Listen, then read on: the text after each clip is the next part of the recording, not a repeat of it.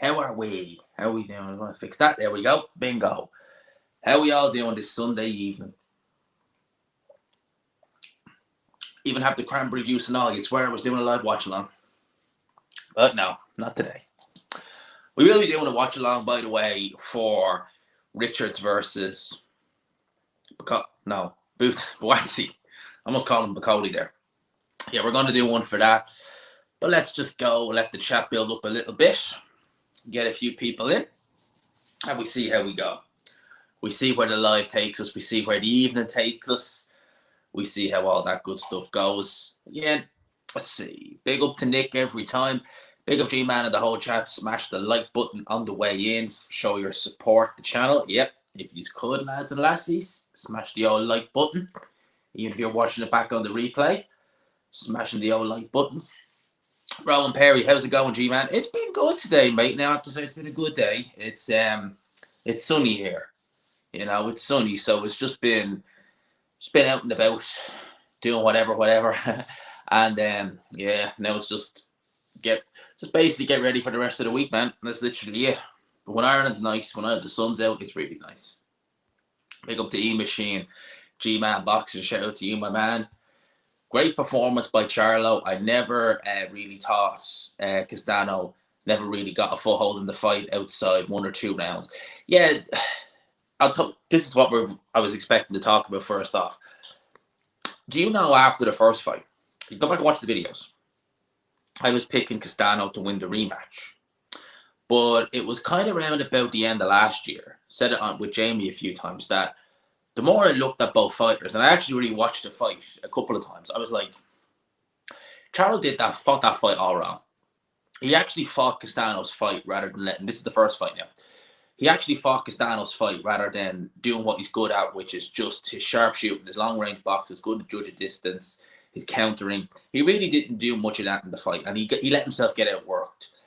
And I just thought, Castano can only do what he did in that first fight again. But Charlo, he has gears to go through. That's why I thought he'd win. I picked him to stop Castano in the 11th. 1 round shy. 1 round shy, it is what it is. Massive shout out once again to the lovely Karma Serene. Thank you so much, my dear. How are you? Just saying hey and adding to the tip jar. Thank you.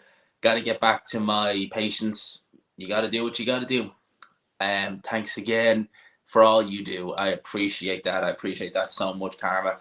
And all the best to you as well. All the best to you. Shout out to, I was going to say Ade, but I don't think that's the real Ade Oladipo. I'm pretty sure that's not. Terry Flanagan versus Conor Benn apparently in the works. Well, you're in the know, mate. I'm pretty sure that's not the real Ade Oladipo. In fact, I'm definitely sure that's not the real Ade Oladipo. Because, like, I know what his channel looks like. I know what his channel looks like. But big up, shout out to Ade Oladipo. Yeah, I know. Go back up to the chat. I wanted to read the super chat. Big up to him every single time. About Conor Benn, I'll talk more about that in my review of everything. Top of the evening, you fine Swords fellow. Yeah, big up. Swords is a great part of Dublin. It really is. Conor Benn, oh yeah, that was some performance. You know, Clayton against Lipinets, a lot of people felt he won the Lipinets fight. And he took that fight on short notice. And he's a real, like, I thought that this fight would go longer than it did. I really did. Saying that from the first round, like, Boots Ennis, I mean, he is tremendous. What more do you want to say about him? The way he's able to, like, he's so powerful in either stance. His jabs, just, the punching power really bothered Clayton. You could see that instantly in the first round. He literally went into a shell in that first round, did Clayton. And you could just tell it was a matter of time before Boots Ennis landed something. It was a lovely, over-the-top right hook. Landed bang. Well, it landed kind of more on the temple of Clayton. And his legs, I mean, obviously, that, you know what that reminded me of? Not the same shot, but in terms of the reaction, it reminded me a bit of when Roy Jones knocked out Montel Griffin in the rematch. You know, obviously that was with an uppercut, but it was the same reaction both guys had. Their legs were just completely gone from underneath them. And whilst they were kind of, I guess, in some sense, cognitively, they were able to get up. Their legs just could not do it. And even when Clayton got up, he could never let that fight go on. But Boots Ennis mentioned Errol Spence, who was ringside. Look, honestly, I think Boots Ennis is ready for these guys now. I've seen all it. He is tremendous. And, once Spence and Crawford inevitably move up, which I imagine they will soon enough, who beats Boots Ennis? Seriously, who welterweight beats Boots Ennis? Ortiz can give it a good go. But Conor Ben wouldn't last 3 rounds with Boots Ennis. Big up the boxing, big up the Rem, SG, man. In a street fight, who would win? Marco or Spence? I don't know. I don't know what Errol Spence is like in a street fight. I know Marco with that, Muay Thai or kickboxing background will benefit him. But I don't know what either guy is like in a street fight. There's very few fighters you'd really say in a street fight. Like someone like Dylan White, you'd be like, yeah, him against Fury in a street fight. Tyson now. Don't know about John. John would get dirty, I reckon, in a street fight with Dylan White. Go for the eyes again like he did with that other guy. Yeah, I mean, Boots Ennis. When you look at Boots Ennis, and you look at the athleticism, the punching power, it's just, he's a joy to watch. I love watching Boots Ennis. And in this fight here, I thought this would go long. And when I say long, by Boots Ennis standards, going long to me would be going about 6-7 rounds. And it went 2 rounds, 1 punch knockout. The speed, the power, the shot selection. I remember the first time I seen Boots Ennis, it was in 2019. It was around about the summer. I think it was just before or just after Virgil Ortiz knocked out Herrera. I think it was either just coming into that fight or it was just after that fight. And I was really high on Ortiz, still am. And I was thinking to myself, he's probably the best prospect at welterweight. And one of my friends said, here's a link to a guy called Jermall Ennis. I think he was 24-0 at the time. And I said, right, I'll have a look at him. And the minute I looked, and 24-0, this is 3 years ago, I was like, holy, you know what? This guy, even though he wasn't beating anyone you'd really, really know, it was just the athleticism, the power, the speed. I was like, oh my God. Wait until this guy starts being on, like getting shown on TV. The network's going to pick this guy up instantly. Oh yeah, definitely. Definitely Charlo deserves to be in the pound for pound. I see they put Usyk at number 1. They put Dimitri Bivol in there as well. I wonder who's going to have to make way. Because you can't not put Charlo there now. Ennis is special. Who should be next? Honestly, right? If they, and I'm going to go out and say it, if they can't get the Crawford fight next, do it. Just pull the trigger. Pull the trigger and do it. Let's see Spence versus Ennis. Pull the trigger. I say do it. Pull that trigger. Flanagan instead of having EC, and that's, I doubt that very much. It wouldn't shock me if Terry Flanagan did take it, to be fair. Because honestly, the more I think about it, that wouldn't surprise me. But I hope to God that's not true. Honestly, I hope that's a terrible fight. Big up to Daz, evening sir, just won a Miss North of England contest this afternoon. The Yoka, yeah, man, that was bad. The judges declared me the winner. Yeah, man, those judges were unreal. And you see, here's the thing. I want to talk about this in tomorrow's video, but I'll touch on it now briefly. It's a universal issue in boxing. You can hear people who'd say, oh, it's a Matchroom issue. Oh, it's a Queensbury issue. Oh, it's an issue in Germany. It's an issue in the UK. It's an issue. This is happening everywhere. In Vegas last week, we had absurd scorecards. In France this week, we've had absurd scorecards. In Scotland, a couple of months back, we had absurd scorecards. I'm just trying to think of other times, but I'm sure there's been more. But we're seeing it all over the board. It's happening just too regular now. And I've said it once, I'll say it again. If the narrative they're giving is, well, boxing is subjective, so, you'll have a judge who'll see it different. How come in the 3 examples, okay, the right guy won in Vegas, but how come in the 3 examples I gave you, it's been in fights where there's been a clear A side. And the A side is getting the rub of the green. Obviously, the right guy won in Vegas, but it shouldn't have been that close. And thankfully, the right guy won in last night. But why is it so close for the A fighter? And in Josh Taylor's case, he obviously got the nod when he shouldn't have. Terry Flanagan last seen chopping doors, selling Avon. Man. Jake Paul. I thought that was a fake account, all right. Jake Paul beats Usyk. I don't even think Jake Paul would agree to that one. The Boxing Inquirer, big up.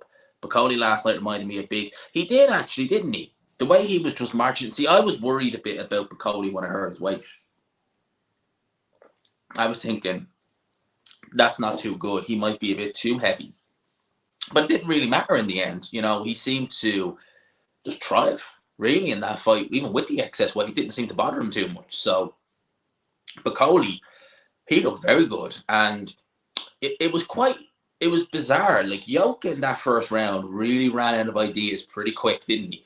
Because we really saw he just kind of was content almost to kind of, he boxed like a guy who didn't want to take any risks, almost in a way that he knew just doing the bare minimum, even though he was getting pasted and ironed out in most of them rounds, he kind of knew almost that, look, if I just look busy, I might get something to go my way.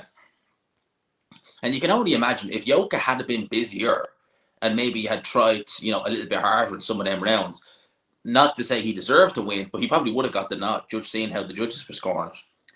Clayton isn't that bad. Boots made him look like, Clayton is a good fighter. I mean, look at his fight against Lipinets. Many people thought he won that fight. He took that fight on short notice. So, and Lipinets, he was better at 140. But Lipinets is still a tough opponent. But Clayton is good, and that was just bizarre, man. Boots is crazy. What's this? I couldn't believe Bacoli only got a majority decision. Yeah, neither could I. But when I seen Bacoli's reaction, because obviously they didn't read the scorecards out in English, they read them out in French. But Bacoli obviously speaks French, so he knew what was being said, and you could see by his face that he was like, "What?" And I was kind of looking, because the way you might not understand the language, but you can understand, facial expressions. And I was looking at that, and I was like, "Oh no, that doesn't look good." When you see like the way his face was, I was like, that doesn't look good. But thankfully he got the nod. And then you go on Twitter, you're like, majority to 95, 93, and 94. What fight were they watching?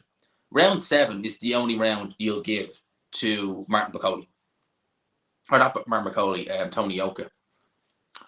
Robin Cashcrew knocked out Balas worse than Ramirez. Do you know something? I haven't even seen that fight yet. Thank you for reminding me, by the way, mate, because I need to go back and watch that fight. Super chat came in, so I'm going to read that out. That's what we do. We read the super chats out first.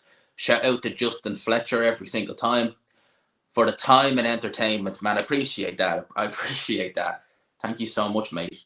I really appreciate that. And for the time, it does take up a good bit of time, but I love doing it. You know something, mate? I would do this for, even if the super chats weren't there, if the monetization wasn't there, I'd still do this because I love doing it. It's just so much fun. Do you think like no, man? Man. No, you're not faking that. No way. No way. You could see the way his legs were and the way he was reacting. You can't fake that. Heath Ledger couldn't even act like that. Ennis keeps knocking guys out with the shame shot. Overhand right. Always clips him on the back of the head. Yep. The way he's able to land that in, he kind of lands it kind of just. And to be fair, like Clayton kind of ducked into it as well. So it was gonna graze kind of roundabout there. But man, I mean, Boots Ennis, he has, when you really take notice of it when it was behind closed doors, even though I hated it when it was behind closed doors. The sound of Ennis' shots, like against Lipinets, you're just listening to it, you're like, wow. There's power in them shots. Yeah, he was robbed. He was, mate, I agree. Bacoli looked quality in there, but then I always suspect on some level Yoga could be fragile. He needs careful matchmaking for the next year or two. I agree with that. And I think he needs to get rid of Virgil Hunter. I like Virgil Hunter as a trainer. I think he's a good trainer, but I just don't think he is the right guy for Yoka. I think he needs someone like a Goosen. Boots really has it all. Yeah, he really does. I mean, and that's not to say he's going to Well, I'm struggling to see who beats him, to be honest with you. Yusuf, I think Eddie Hearn missed the trick with Yusuf. I really do. I really do. I think that Eddie Hearn missed the trick, not keeping Yusuf. I think there's potential there with him. I think he's he's getting better. He's getting better. He's getting more adjusted to the pro game.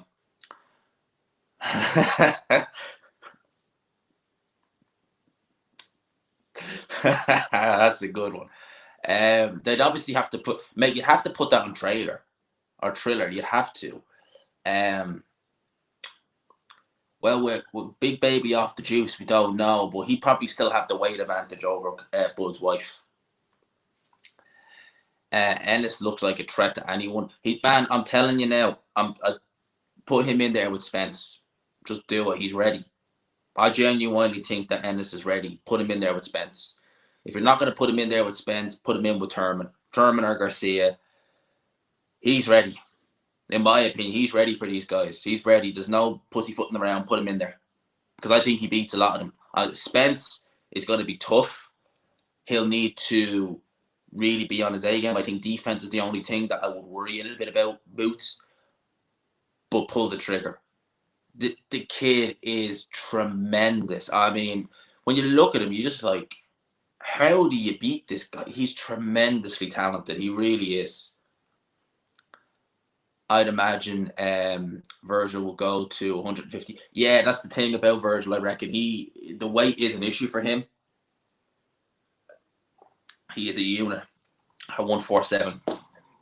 And the thing is, I think 154, now Charlo is undisputed. The fact that Charlo, I reckon, more likely vacate and move up, I think that makes 154, for guys like Virgil, a more long-term plan, because the belts will be fragmented and you can always pick up one of them. Boots be champion very soon. Yeah. I mean, that's why I think that, like, look, Conor Benn is massively improved. But look at his division. Like, there's no way he wins a world title against guys like Boots Ennis, Ortiz. You know, you got Spence, Crawford as the top two guys. You've got Boots Ennis and Virgil Ortiz waiting in the wing, amongst other good welterweights like Stanionis and Batayev. It's like, how do you, like, you know, I just... And that comment from the Stockade account, I almost fear there might be a bit of truth to that. That they could be looking at Terry Flanagan and build it as a former world champion. Who's the pound for pound #1 boxing channel on YouTube? Well, you take me out of the equation, because I got to big myself up on that. You take me out of the equation. Who would I say is my favourite, or who would I consider the best? I mean, right now, I think there's only one choice, and that's my good mate Chris Andre. I think that he is fantastic. So you take me out of the equation, because obviously I'm not going to... I already know I'm number one. But no, honestly, at the minute now, me aside, Chris Andre.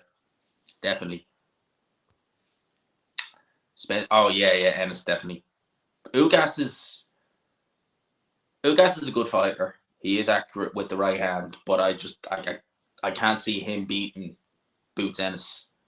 Is a cakewalk for... Yeah, honestly, like, he'd beat Conor Benn in a couple of rounds. He might even... Seriously, Conor Benn would be lucky to get out of the third round with Boots Ennis. He really would. I mean, Boots Ennis would probably...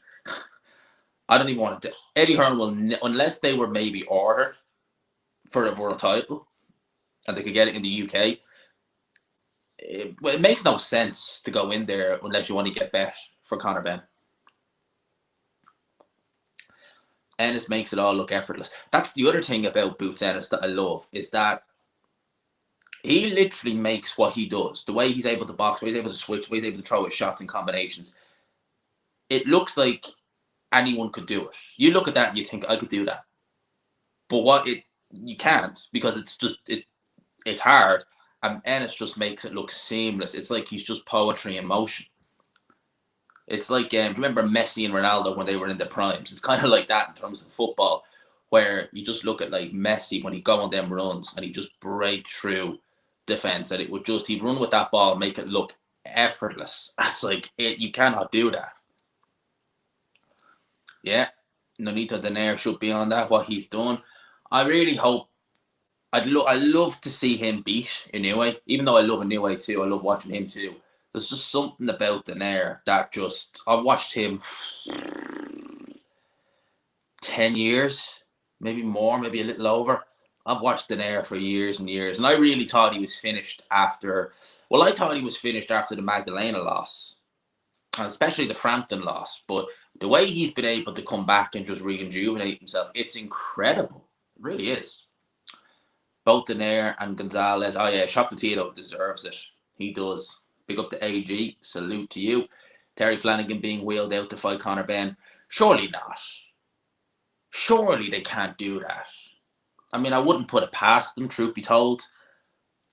But really, I mean, no. Another week talking about, unfortunately, mate, unfortunately, you're right. I'll talk about it more in my review tomorrow, but it's crazy, isn't it? It's like, it doesn't matter what country it's in. There's always a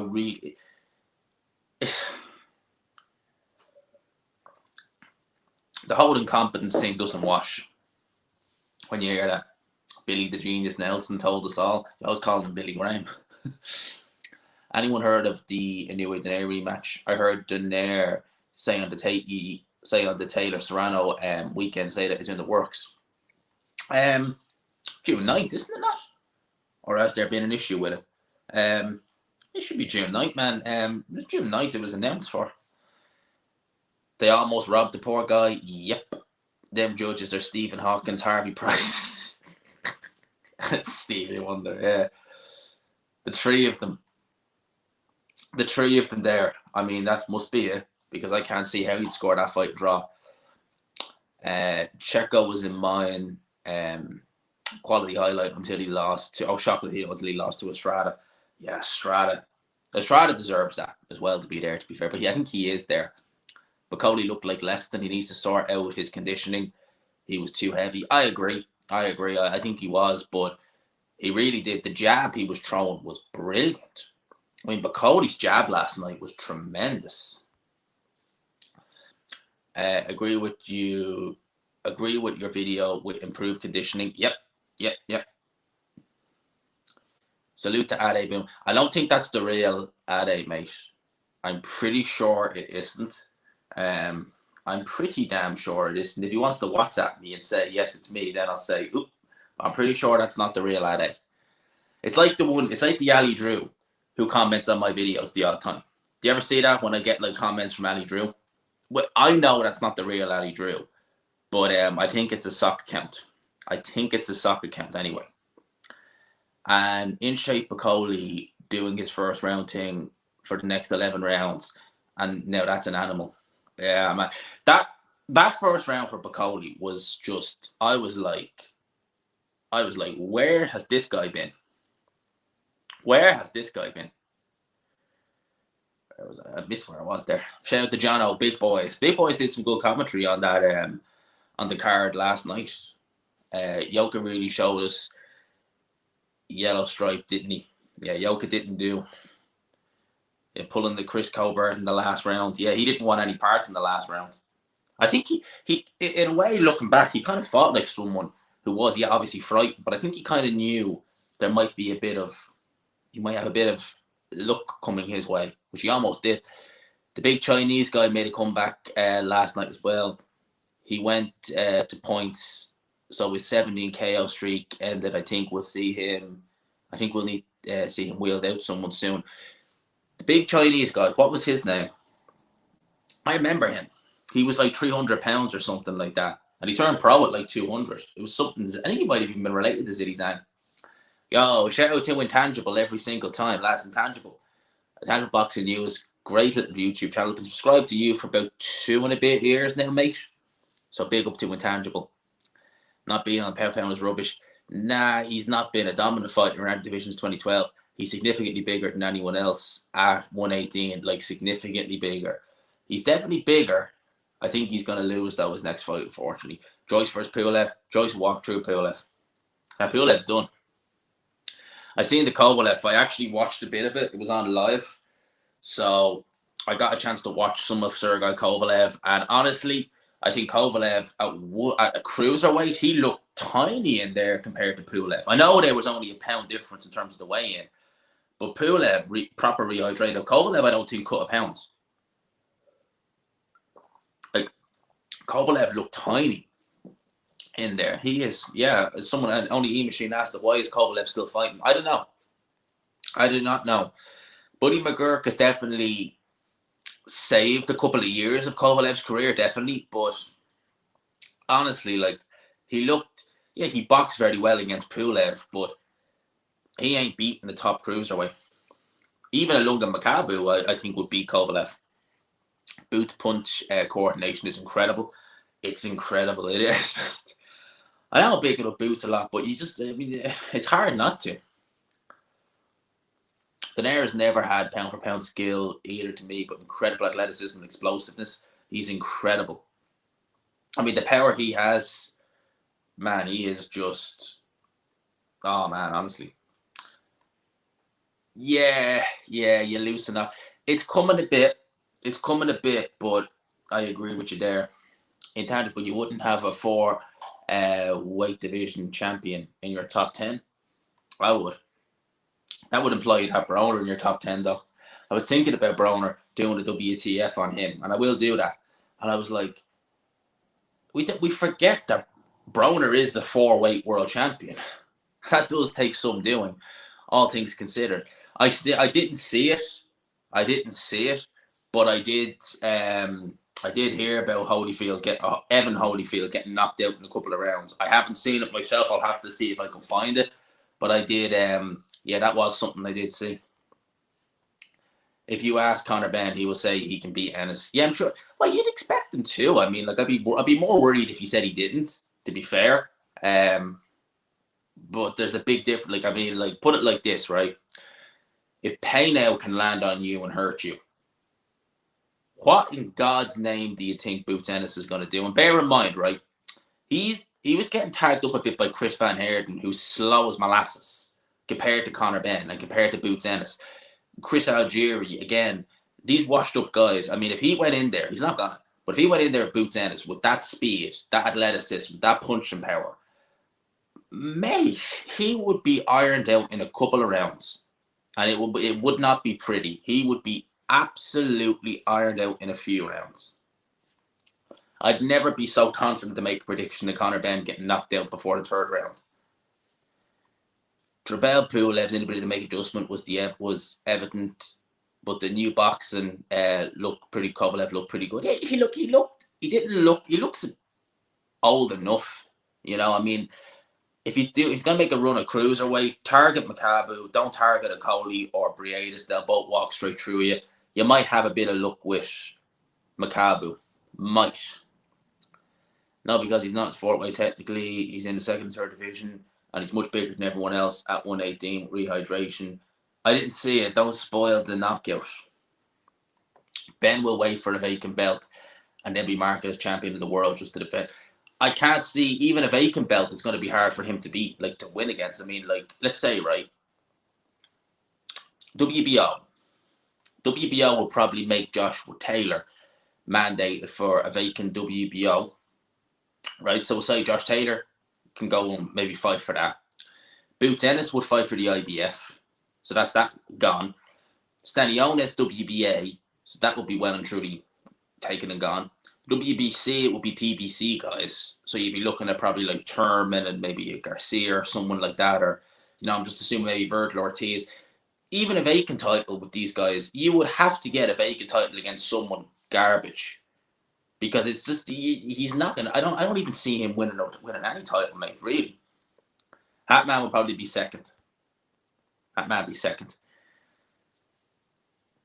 Casuals don't know Ennis. Yeah. They don't, unfortunately.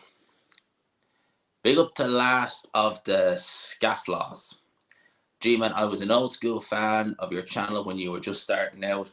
I had to quit because I watched your videos too much. Huge shout out to you.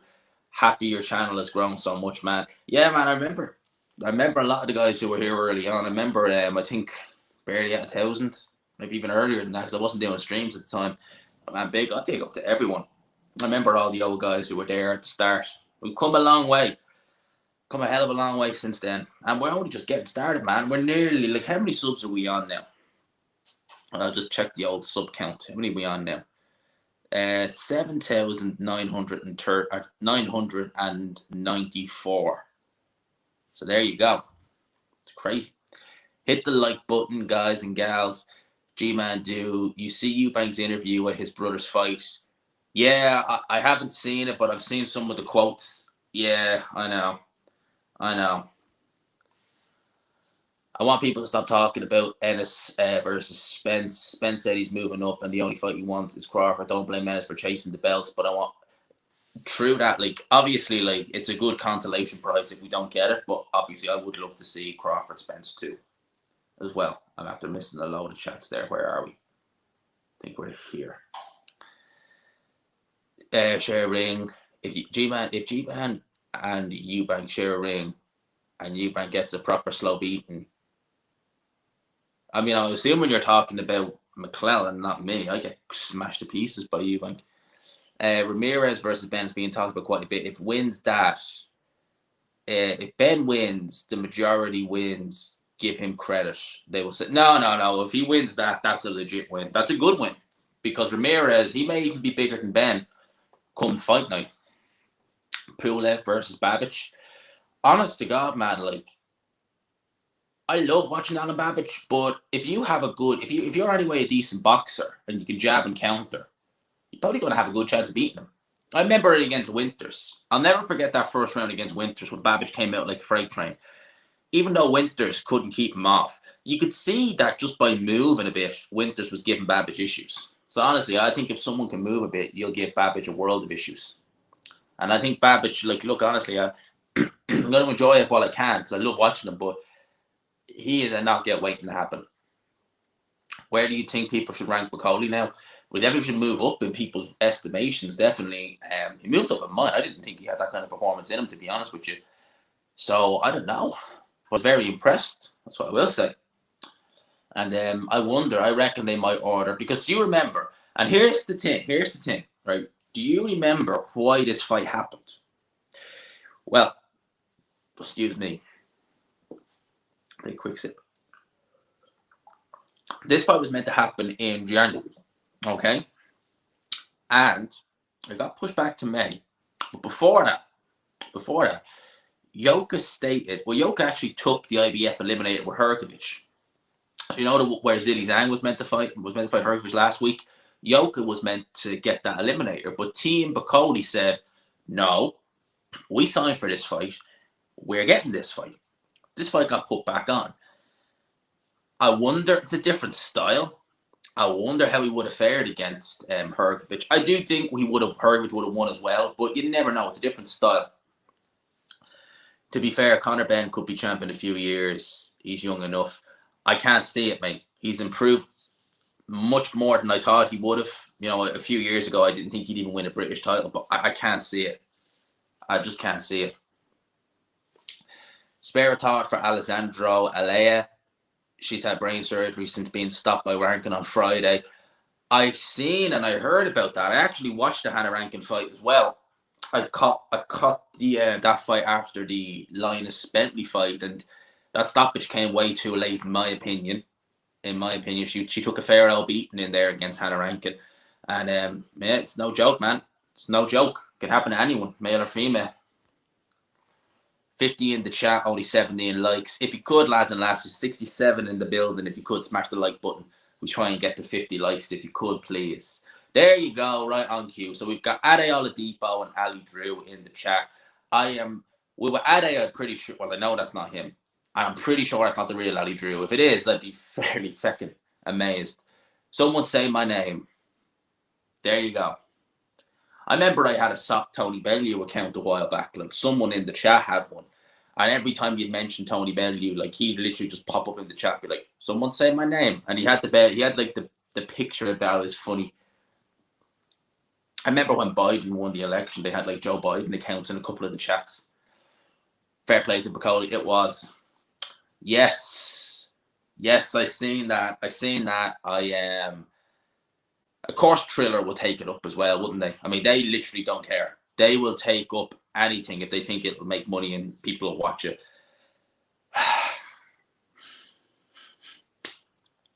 Big Farmer Miller, I mean, I think I've said all I need to say, and I will talk about it on tomorrow's video in my review, but it's just a case of when, not if, he pings again. Ali Drew and Ade. Well, it's definitely not Ade. You know, definitely not. Definitely not. Ex-fighters who be 5 ex-fighters who be a good pundit. Out of ex-fighters, Hay Frampton, there's 2. Andy Lee, there's 3. Barry Jones and Paulie. That'd be my ideal team.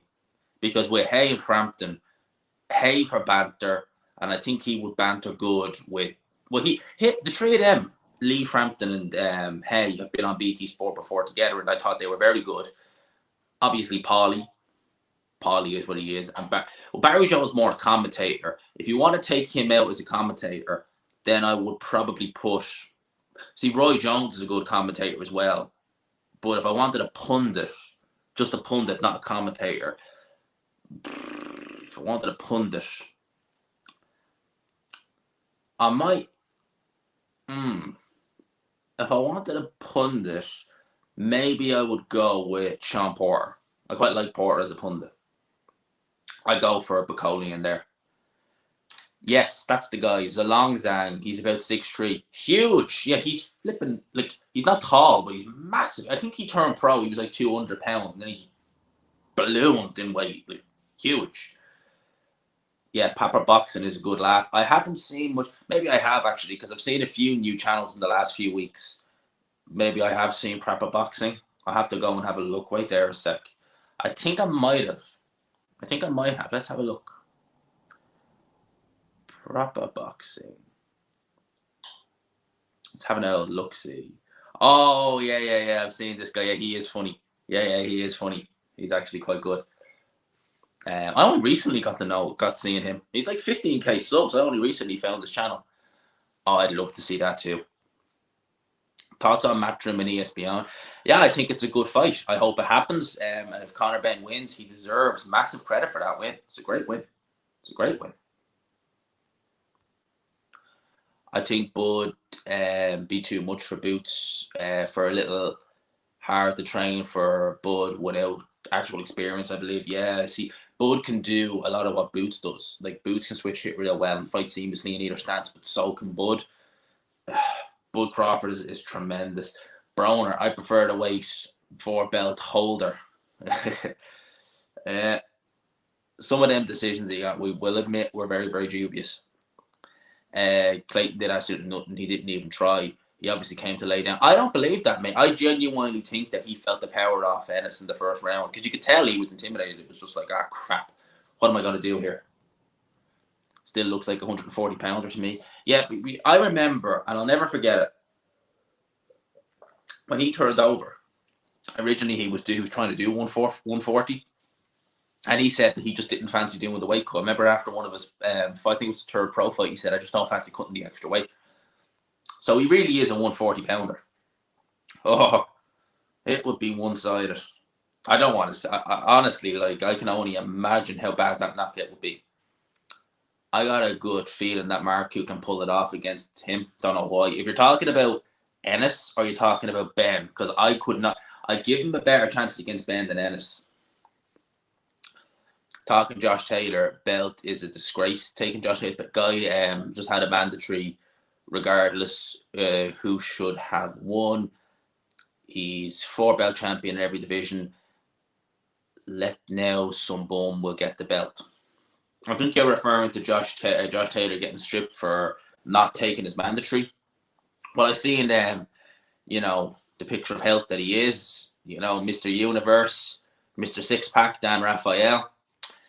I remember Josh Taylor commenting on that and saying no, he told him to be big himself. He's looking to move up, so he wasn't stripped. It was vacated. Ennis runs the division after Spence moved up. I agree. That fight would be great, though. That fight would be the neck. That would be literally this era's version of Crawford Spence, which hasn't yet happened.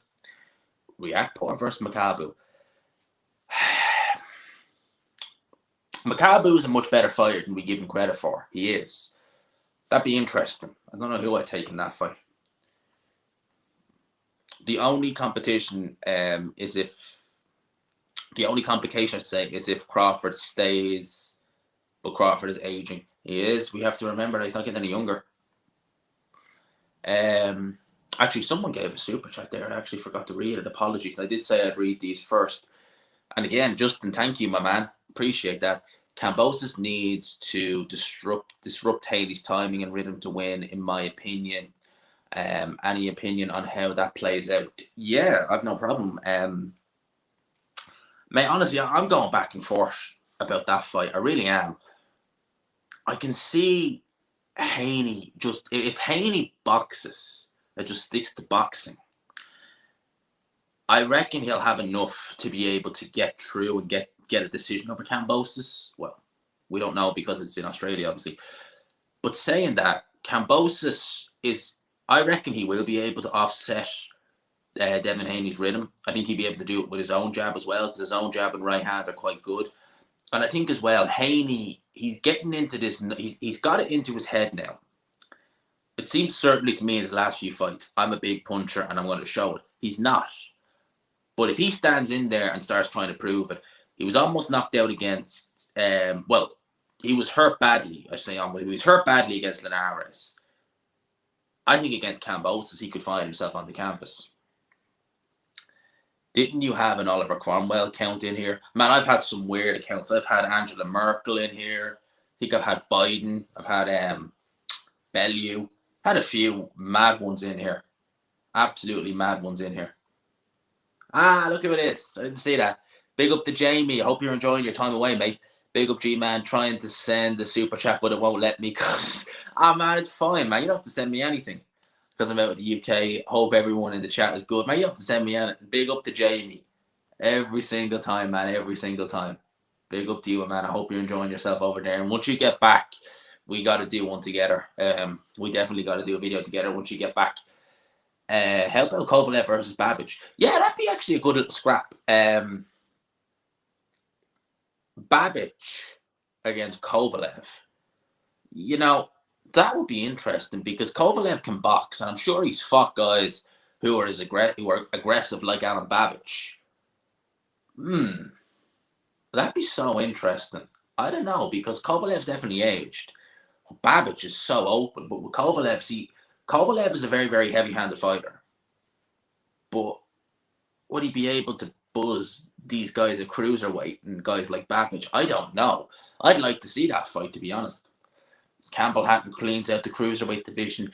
Yeah, no one wants that smoke with Campbell Hatton. I see no one calling him out.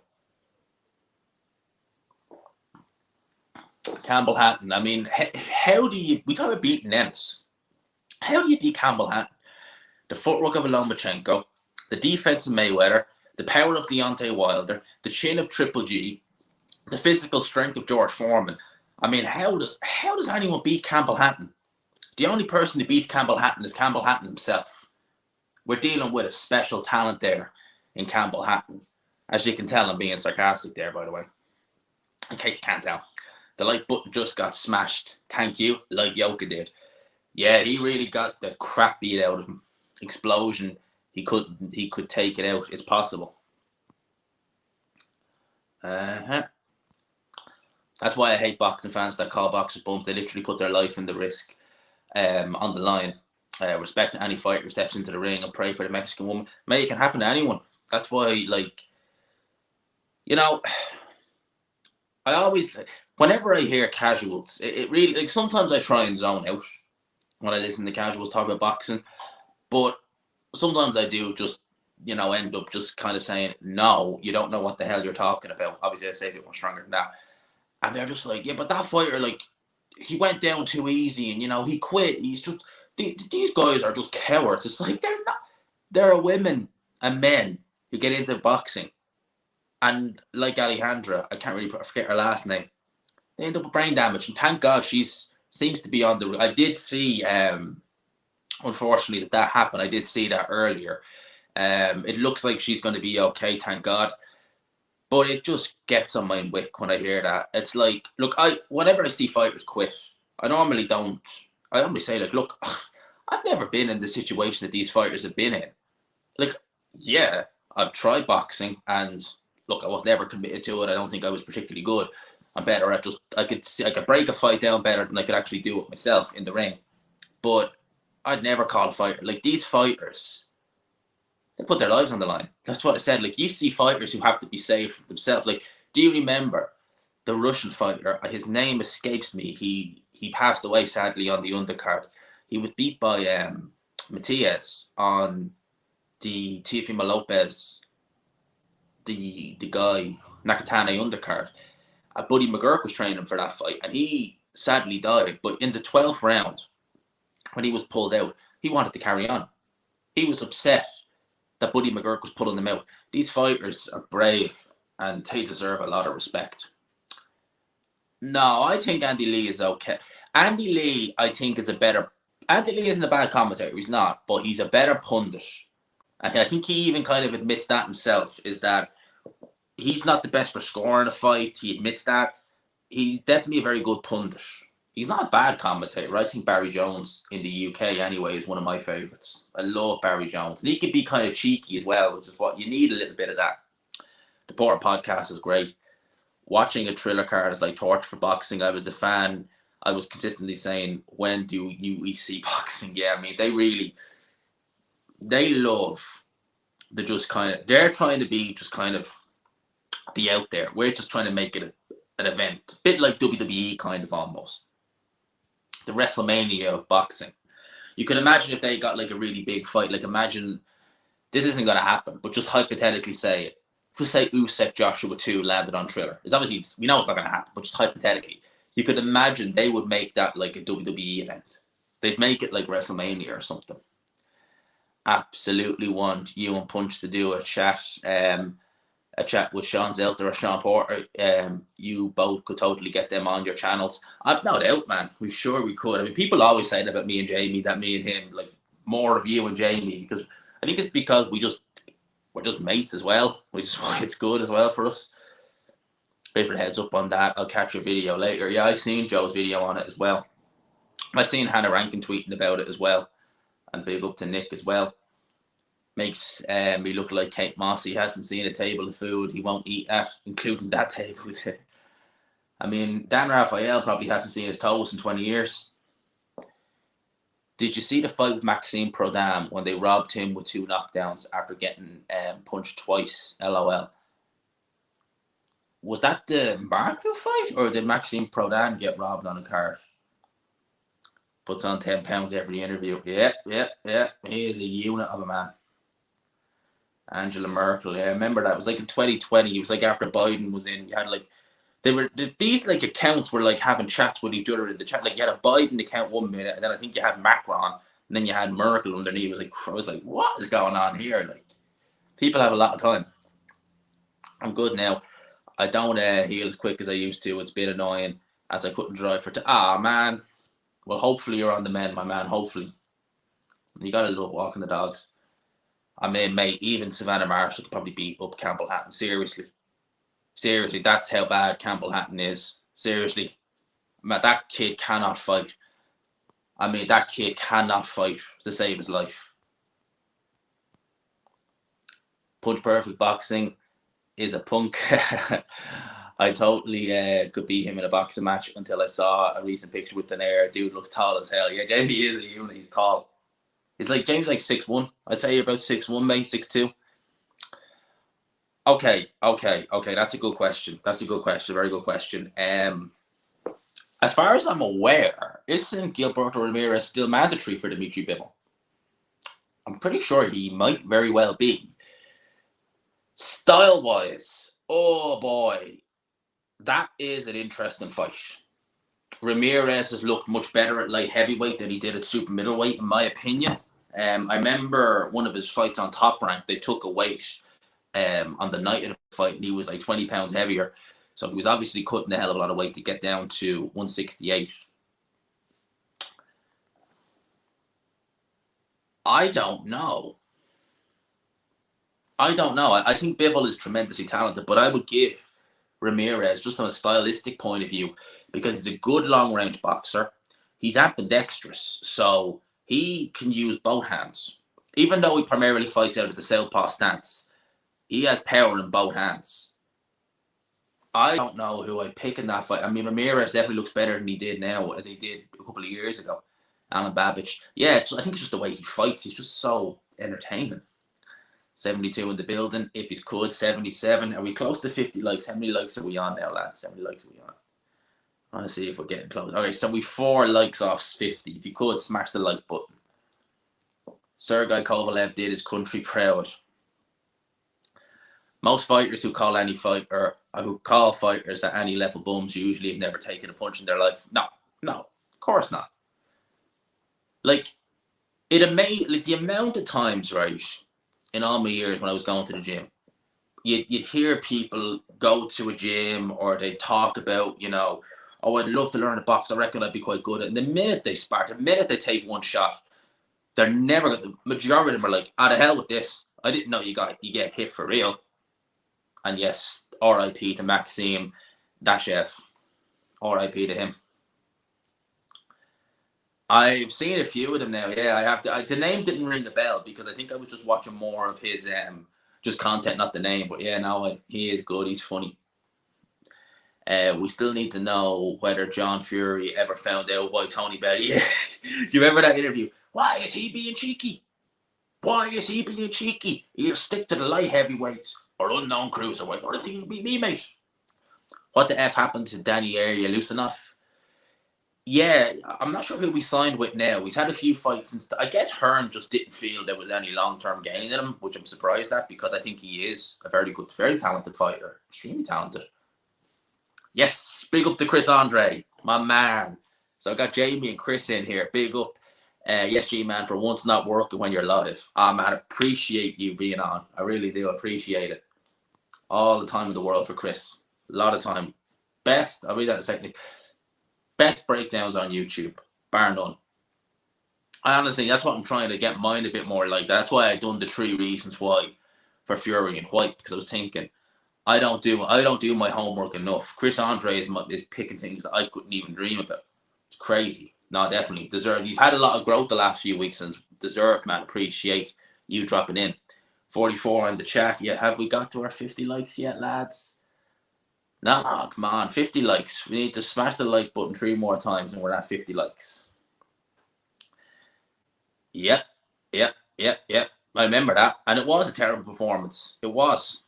Andy Lee is a very good pundit. He's a very good pundit and he can be quite honest and brutal. Like, it was a terrible performance and he pulled no strings when he said that. If that had been a certain Harley Quinn, he was in there with a tremendously talented fighter. You know, I mean, that guy is probably one fight off a world title and Archie Sharp beat him. You know, that's what it is with, you know what. I'll read that now in a sec, mate. Big up, hope you're, yeah. Big up to Nick every single time. If Archie Sharp gets mandatory against Shakur, I'm going to make fun of the UK for the whole build. Oh, man. He would get battered against Shakur Stevenson. Andre videos are legend. Yep, he is brilliant, mate. Glad I have time right now to be able to enjoy G-Man's live. Yes, my man, I'm delighted you're on. Mate, if you want to come on, you're more than welcome to. I don't know if you're busy or not now, but I've got a spare set of headsets there. So if you want to pop on for the last 10, 15 minutes, you're more than welcome. I'll WhatsApp you a link if you want it. Now, Chris Andre, the real chat can begin. Yeah, because I'd be interested to know Chris's thoughts on some of the fights last night. I really would. So no pressure, man. Only if you want to. If you're free, you're more than welcome to hop on. LOL. When are we getting the big boxing love from Hatman, G-Man, Chris, Blue Collar? Shout out to him. And Ultra. Yeah, Ultra Tech is cool. Ultra Tech is definitely cool. And Blue Collar Dell. Man, I got a lot of time for Dell. Definitely have a lot of time for him. He pulls no strings. That's what I like about him. And Hatman is a G. Hatman is a G. Appreciate it, G, but I'm not here to try and take the spotlight. Man, you don't. You definitely don't. Well, I definitely have to get you on sooner or later because I think we're long overdue a catch up on here, the chat about boxing. We definitely are. BWTM Sport also. Also, G-Man, what are your favourite Ali moments inside and outside the ring? I mean, mate, there's so many of them. I mean, the Foreman win really resonates because that was just incredible. Obviously, I wasn't born then, but just watching it back, it's like, and you know the circles, you're like, how did he do that? How did he do that? You know, the interviews he gave, you know, right about Malcolm X was doing his thing and you know, post that, what he stood for, you know, I just love Muhammad Ali. I just love him. What a legend. Inside and outside the ring. You just won't. The world needs someone like him. It does. And I think in every generation we need someone who's just able to, who has that following, who has that reach, who can just speak for the people. We need that. You know? I mean, I look at people like Neil Oliver and I think, like, you know, if more people could hear you and hear what you have to say as well, we might be getting somewhere. Because if you've never listened to Neil Oliver speak on GB News, so intelligent, so articulate, and he is brilliant. He is brilliant as well. Definitely Chris has a unique insight, and he is a great analyst. He really is. Taylor stripped before champions, people forget. Yeah. Josh Taylor's a tremendous talent. Like, you got to remember, like, yeah, of course I felt he lost to Catchell. Forgot his name now. But one bad performance doesn't define what he's done. He cleared out 140. And look, you could say what you want. You'd be like, well, 140, you know, well, he was better. He had better fighters. You never convinced me otherwise. He had better fighters in his division when he cleared it out than Crawford did. Crawford had Postal. Good fighter. Very good fighter. Josh Taylor also beat him as well. Didn't do it as convincingly. Good fighter. All right. He beat, who else did he beat? He won that off, was it Thomas Delorme he beat for that title? Or who was it? But he beat Postal. No. I'm not sure. He might have actually beat Delorme, or was it Ricky Burns he beat for the WBO? And then he unified with Postal. Okay. I think it was Delorme he beat for the WBO title. And then he beat Indongo to be undisputed. Taylor beat Baranchek. Good fighter in his own right. World-class fighter. All right, I think he's on a decline now. He then unified with Prograis. Tremendous fighter. Reached Prograis. And then he beats Jose Ramirez for all four. I mean, people, that's way harder than what Crawford had to do. Dell is an encyclopedia. You can ask him any fight and he knows the fighters instantly. It's insane. Ask that dude about domestic bantamweight Filipino titles and he knows them. Yeah. Dell, Jamie is great with that as well. He's absolutely brilliant with that too. Big respect. Yep. Neil Oliver is superb. I watched it. It was brilliant. Anyone wants to give that a watch, link is there. It's brilliant video. Brilliant video. I'm old enough to remember that. Oh man, that's crazy. I wonder if Ali was around today. Like, if you had someone like Ali today, like what numbers he'd be pulling in. I'd say it'd be amazing for young fighters to emulate in terms of taking all on-comers.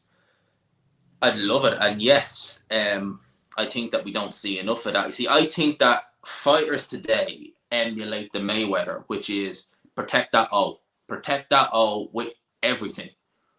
Whereas back then, it was a case of, and James Toney's first loss was to Roy Jones.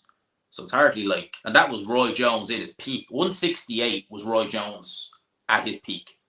Like, that was literally Roy Jones at his peak. 168 was his best division, in my opinion. And they didn't care. They would just take them fights. They didn't hold back. They fought everyone. It was brilliant. That's the way it should be. Great live, G-Man. What's your thoughts on Charlo post-fight presser? I feel he's becoming a real star. I didn't really see. There was a video too, but I didn't watch it. But both Charlos, but Jermall is definitely he's the man. I always stood by Jermall, but he's really stagnated over the last few years. Jermall is the man out of the Charlos, and he will become a star off this. Mark my words. I'm sure Canelo was wishing that he was the guy going to 168 and not Jermall, because then he really could have a good dance partner at 168. Boatsy versus Richard next week. Any opinions on the way that sorts out? I'm going with Boatsy on points. We're doing a watch along for that, of course. We'll do a watch along. We always do for these kind of fights. I'm going with Boatsy on points. You're older than me. First fight I ever watched was Ali Norton 3. It's a No Spring Chicken. Jesus, man. I can't remember the first fight I watched live. Taylor's record arguably beats Canelo at 168. That's a good point, actually, yeah. I mean, Billy Joe, Smith, Plant. I mean, I don't think they're certainly, in terms of just pound for pound, I don't think they're as good. Baranchek, Baranchek, tough, rugged. But Ramirez and certainly Prograis. I mean, Prograis is tremendous. He's great too. Yeah, he is. He's absolutely brilliant. Big up to Jamie. He went after Mike Coppinger. Oh, Jesus. I don't really mind Mike Coppinger too much. I don't mind him that much, but Bob Arum certainly doesn't like Mike Coppinger either, so they have that in common. I know, mate, I'm right old. You're as old as you feel, mate. You're as old as you feel. Like, age is a number at the end of the day.